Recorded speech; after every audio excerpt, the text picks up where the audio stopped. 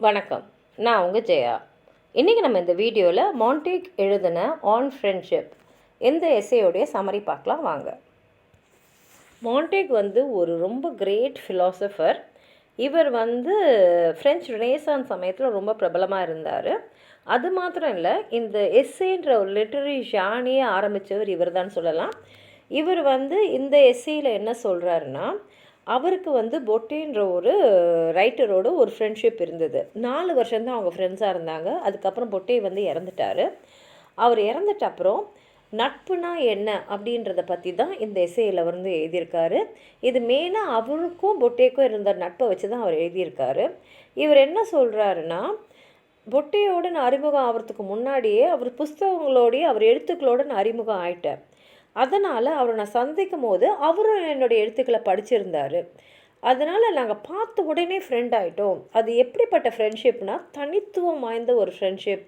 இதுக்கு முன்னாடி அந்த மாதிரி ஒரு நட்பை நான் அனுபவித்ததும் இல்லை, இன்றைக்கி மேலுக்கும் எனக்கு அந்த மாதிரி ஒரு உண்மையான நண்பர் கிடைக்க போகிறதும் இல்லை அப்படின்னு சொல்லிட்டு அவர் என்ன சொல்கிறாருன்னா, எப்பொழுதுமே மனிதர்களுக்குள்ளே ஒருத்தருக்கு ஒருத்தர் ஒரு ரிலேஷன்ஷிப் வருதுன்னா அது எதையோ ஒன்று எதிர்பார்த்தோ ஏதோ ஒரு மோட்டிவோடோ கால்குலேஷனோ ஏதோ இருக்கும். அப்போ இதை உண்மையான நட்புனே சொல்ல முடியாது. ஏன்னா உண்மையான நட்புனா தூய்மையாக இருக்கணும், செல்ஃப்லெஸ்ஸாக இருக்கணும். இப்போ ஒரு பெற்றோருக்கும் அவங்க குழந்தைங்களுக்கு இருக்கக்கூடிய உறவு எப்படின்னு பார்த்தீங்கன்னா, அதை நட்புன்னு சொல்ல முடியாது. ஏன்னா ஒரு பெற்றோரால் அவங்க பசங்க கீழே எல்லாத்தையுமே அவங்க பகிர்ந்துக்க முடியாது. அதே மாதிரி பசங்களாலேயும் ஒரு பெற்றோர்கிட்ட அவங்க மனசில் இருக்கிறது எல்லாத்தையுமே சொல்ல முடியாது, பகிர்ந்துக்க முடியாது. ஆனால் ஒரு நல்ல நண்பன்கிட்ட அவங்களால உண்மையை பகிர்ந்துக்க முடியும். இப்போ சகோதரர்கள் பார்த்திங்கன்னா ஒன்றாவே ஒரே வீட்டில் பிறந்து ஒரே மாதிரி தான் வளருவாங்க, ஒரே சூழ்நிலையில் ஒரே நேரத்தில் இருந்திருப்பாங்க. ஆனால் என்ன தான் சகோதரர்களாக இருந்தாலும் அவங்களுக்குள்ள ஒரு ரைவல்ரி இருக்கும், ஒரு போட்டி இருக்கும். அதே சமயத்தில் சகோதரர்களாக பிறந்தது இயற்கையால். ஆனால் நட்பு அப்படி இல்லை, நம்மளா விரும்பி போய் அதை ஏற்றுக்கிறது தான் நட்பு. நம்ம இவர் நண்பர் ஆகணும்னு நம்ம விரும்புவோம், அவங்களுக்கும் நம்மளுடைய நட்பு பிடிச்சிருக்கும், அப்போ தான் நம்ம நண்பர்களாக ஆகும். இப்போ காதல்னு எடுத்து பார்த்திங்கன்னா 2 வேறுபட்ட மனிதர்கள் தான் அதில் இணைகிறாங்க. ஆனால் நட்பு மாதிரி காதல் நிலையானதில்லை. அது எப்போ வேணால் உடஞ்சி போகலாம், எப்போ வேணால் மாறலாம். ஆனால் உண்மையான இங்கே அவர் பேசுகிறது உண்மையான நட்பை பற்றி. அதனால் உண்மையான நட்புன்றது உடையாது, மாறாது, அது கான்ஸ்டண்ட்டாக இருக்குன்றாரு. அதே மாதிரி செக்ஷுவல் டிசையர் பார்த்திங்கனாலும் அதுவும் ஃப்ரெண்ட்ஷிப் கிடையாது. ஏன்னா அது நமக்குள்ளே ஒரு எரியிற ஒரு நெருப்பு மாதிரி, எந்த நேரம் ஒன்றா அது அணைஞ்சி போகலாம்.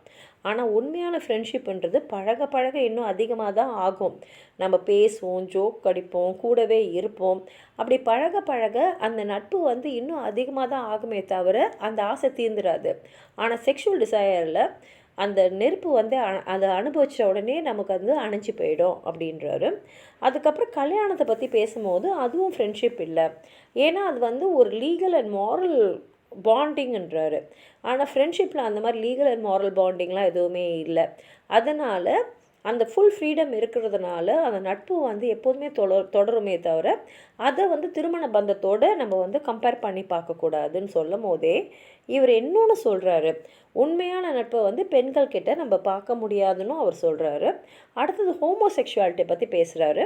அதுவும் ஃப்ரெண்ட்ஷிப், உண்மையான ஃப்ரெண்ட்ஷிப் கிடையாது. ஏன்னா அது ஒருத்தருக்கு இன்னொருத்தர் மேலே இருக்கக்கூடிய வெளிப்புற அழகுனால் ஏற்படுறது. இது நம்ம நட்பாக எடுத்துக்கவே கூடாது. அதே மாதிரி ஒரு வயதான மனிதருக்கும் ஒரு இளைஞருக்கும் ஏற்படக்கூடிய நட்பு கூட அது ஒரு பேஸ் அண்ட் வல்கரான ஒரு ரிலேஷன்ஷிப்பு. அங்கே ஒருத்தர்கிட்ட இருக்கிற பணத்தையோ இல்லை ஏதோ ஒரு விஷயத்தில் ஒரு அட்வான்ஸ்மெண்ட்டை எதிர்பார்த்து தான் இன்னொருத்தர் பழகுவார். அதனால் அது நட்பு. எதையோ எதிர்பார்த்து பழகிறது நட்பே இல்லை அப்படின்னு சொல்லிட்டு அவருடைய நட்பு, பொட்டேயோட அவரோட நட்பை சொல்கிறாரு. அது பவர் ஆஃப் டெஸ்டினி, அதாவது அது காலத்தின் கட்டாயம், ஒரு விதின்னு சொல்கிறோம்ல. அது எங்கள் 2 பேருக்குமே ஒருத்தரை நாங்கள் சந்திக்கிறதுக்கு முன்னாடியே தெரியும், புஸ்தகங்கள் மூலமாக 2 பேருமே ஒருத்தர் எடுத்த நாங்கள் படிச்சிருக்கோம். அதனால் நாங்கள் பார்த்த உடனே எங்களுக்கு ஒருத்தரை இன்னொருத்தர் நல்லா புரிஞ்சிக்க முடிஞ்சுது. அதனால் எங்களுக்குள்ளே எந்த தயக்கமும் இல்லை, நாங்கள் உடனே ஒருத்தர் மேலே ஒருத்தர் ஒரு அட்ராக்ஷன் ஆகிட்டோம். அதாவது எங்கள் நட்பு ஒரு 101 வாட்டி பார்த்து அதுக்கப்புறம் ஏற்பட்டது இல்லை, பார்த்த உடனே ஏற்பட்ட நட்பு அது.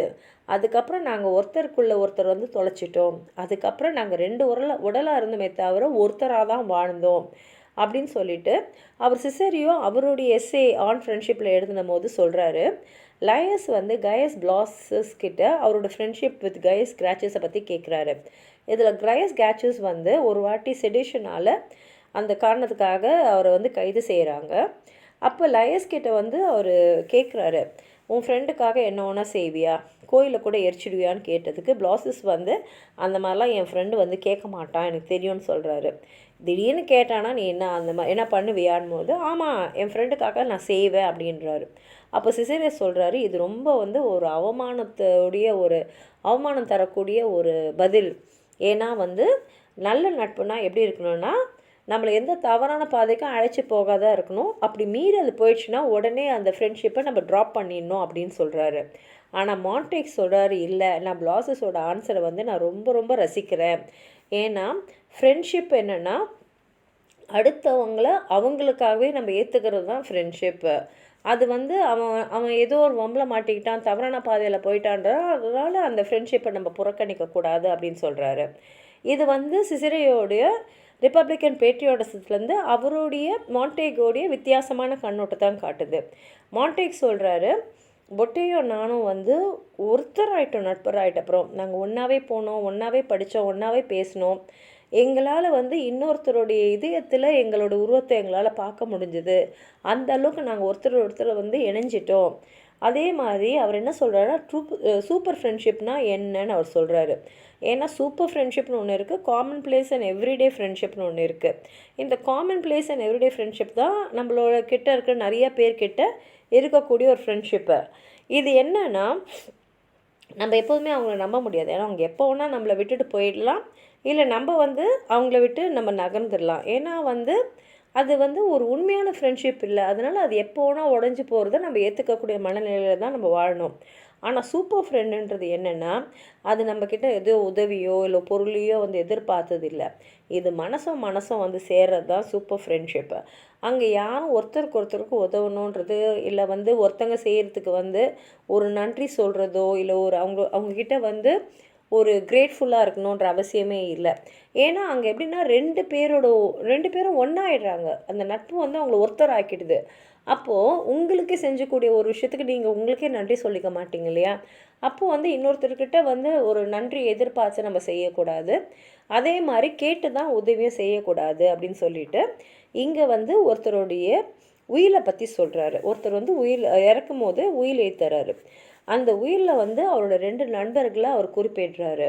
அந்த நண்பர்களுக்கு அவர் என்ன தராருன்னா பணத்தையோ பொருளையோ தரல. அதுக்கு பதிலாக என்னோடய அம்மாவை நீங்கள் பார்த்துக்கணும், என் பொண்ணுக்கு நீ தான் திருமணம் பண்ணி வைக்கணும் அப்படின்னு சொல்லிட்டு அவங்க 2 நண்பர் கையில் சொல்லிட்டு இறந்துடுறாரு. இப்போ இந்த உயிரில் படிக்கிறவங்க யாராவது சிரிக்கலாம், ஆனால் இங்கே உண்மையான ஃப்ரெண்ட்ஷிப் தெரியுது. அதாவது என் நண்பன் வந்து எனக்கு இந்த பொறுப்பை கொடுத்துருக்கான்றதுல இவங்க 2 பேரும் பெருமை அடையணும்.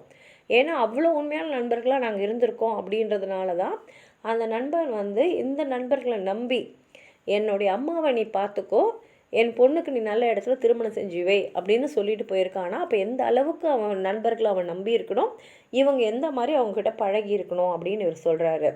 அதே சமயத்தில் அவர் என்ன சொல்கிறாருன்னா ஃப்ரெண்ட்ஷிப்ன்றது 2 பேருக்கு நடுவில் தான் இருக்கும், நிறைய பேருக்கு நடுவில் இருக்காது அப்படின்னு சொல்லிட்டு இந்த காமன் பிளேஸ் அண்ட் எவ்ரிடே ஃப்ரெண்ட்ஷிப்பை வந்து அவர் என்ன சொல்கிறாருன்னா இப்போ வந்து ஒரு ஃப்ரெண்டை வந்து அவன் நல்லா அழகாக இருக்கான் அதனால் அவன் என்னோட நண்பன், இன்னொருத்தன் வந்து இவன் நல்லா பழகிறான் அதனால் இவன் என் நண்பன், இன்னொருத்தன் வந்து ஒரு சுதந்திரமாக இருக்கான் அப்படின்னு சொல்லிட்டு ஒருத்தங்களுக்கும் ஒரு குணத்துக்காக நான் ஃப்ரெண்ட்ஷிப்பாக வச்சுருக்கேன்னு சொன்னால் அது நான் சொல்கிற ஃப்ரெண்ட்ஷிப் இல்லை அப்படின்றாரு. என்னோடய ஃப்ரெண்ட்ஷிப்புன்றது சிங்கிள் அண்ட் இன்டிவிசிபிளாக இருக்குது. இது எங்கேயாவது எப்பயாவது வாழ்க்கையிலே ஒரே ஒருத்தரோடு தான் இந்த மாதிரி ஒரு ஃப்ரெண்ட்ஷிப் அமையும், அது உண்மையான ஃப்ரெண்ட்ஷிப்பாக இருக்கும் அப்படின்னு சொல்லிட்டு போட்டேயோட அவருக்கு இருந்த அந்த 4 வருஷ ஃப்ரெண்ட்ஷிப்பை சொல்கிறாரு. அந்த 4 வருஷத்தோட ஃப்ரெண்ட்ஷிப் வந்து அவர் இறந்துட்ட அப்புறம் அப்படியே வந்து புகை மாதிரி போயிடுச்சு. அவரோடு சேர்ந்து நான் முழுமையாக இருந்தேன், அவர் இறந்துட்ட அப்புறம் நான் வெறும் பாதி மனுஷனாக இருக்கிற மாதிரி தான் உணர்றேன்னு சொல்லிட்டு அவர் இன்னும் என்ன சொல்கிறாருன்னா அவருக்கு அப்புறம் நான் எனக்கு வேறு எந்த நட்புமே வந்து அந்த மாதிரி அமையணும்னு நினைக்கல. ஏன்னா வந்து அந்த மாதிரி நட்பு எனக்கு வேறு யாரோடையுமே அமையாது அப்படின்னு சொல்லிட்டு அவர் என்ன சொல்கிறாருன்னா பொட்டே எழுதின ஒரு எஸ்ஸே வந்து என்னோடய புத்தகத்தில் நான் வந்து பப்ளிஷ் பண்ணணும்னு நினச்சேன். ஆனால் அதுக்கு முன்னாடியே ஃப்ரெஞ்ச் ப்ராட்டஸ்டன்ஸ் வந்து அவருடைய எஸ்ஸே வந்து அவங்களுடைய புக்கில் வந்து பப்ளிஷ் பண்ணிட்டாங்க. ஆனால் அது எனக்கு வந்து ஏன் உடன்பாடு இல்லைன்னா, அந்த எஸ்ஸே அவர் எழுதும்போது அவருக்கு வெறும் 16 வயசு தான். அப்போது ஒரு ஸ்கூல் பையனுக்கு இருக்கக்கூடிய அளவுக்கு தான் அவருக்கு வந்து ஒரு அனுபவம் இருந்திருக்கும். அது வந்து பிற்பாடு அவருக்கு வந்து அந்த மெச்சூர்டான ஒரு தாட் ப்ராசஸ் அதில் இருந்திருக்காது அப்படின்னு சொல்லிட்டு, இவர் வந்து முடிக்கும்போது என்ன சொல்கிறாருன்னா, அந்த எஸ்ஸேவை பப்ளிஷ் பண்ணாங்க இல்லையா, அவங்கக்கிட்ட ஒன்று சொல்கிறாரு. பொட்டே வந்து ஒரு குட் கேத்தலிக், அது மாத்திரம் இல்லாமல் சட்டத்தை தலை வணங்கி அதை வந்து அதுபடி நடந்துக்கூடிய ஒரு பேட்ரியாட் அப்படின்னு சொல்லி அவருடைய எஸ்ஸே அவர் முடிச்சிருக்காரு. ரொம்ப அருமையான எஸ்ஸே. இதில் அவருக்கும் பொட்டேக்குக்கும் இருந்த நட்பை பற்றி ரொம்ப அருமையாக பேசுகிறாரு. நட்புனா எப்படி இருக்கணும், எப்படி அமையணும், நல்ல நட்பு எப்படி வாழ்நாள் பூரா உங்களுக்கு ஒருத்தரோட தான் அமையுன்றதை அருமையாக அதில் எழுதியிருக்காரு. உங்களுக்கு எதாவது சொல்லணும்னு நினச்சிங்கன்னா கீழே இருக்கிற கமெண்ட் பாக்ஸில் எழுதுங்க. இந்த வீடியோ லைக் பண்ணுங்கள், உங்கள் ஃப்ரெண்ட்ஸோடு ஷேர் பண்ணுங்கள். சப்ஸ்கிரைப் பண்ணாதவங்களாம் ப்ளீஸ் சப்ஸ்கிரைப் பண்ணி சப்போர்ட் பண்ணுங்கள். நன்றி.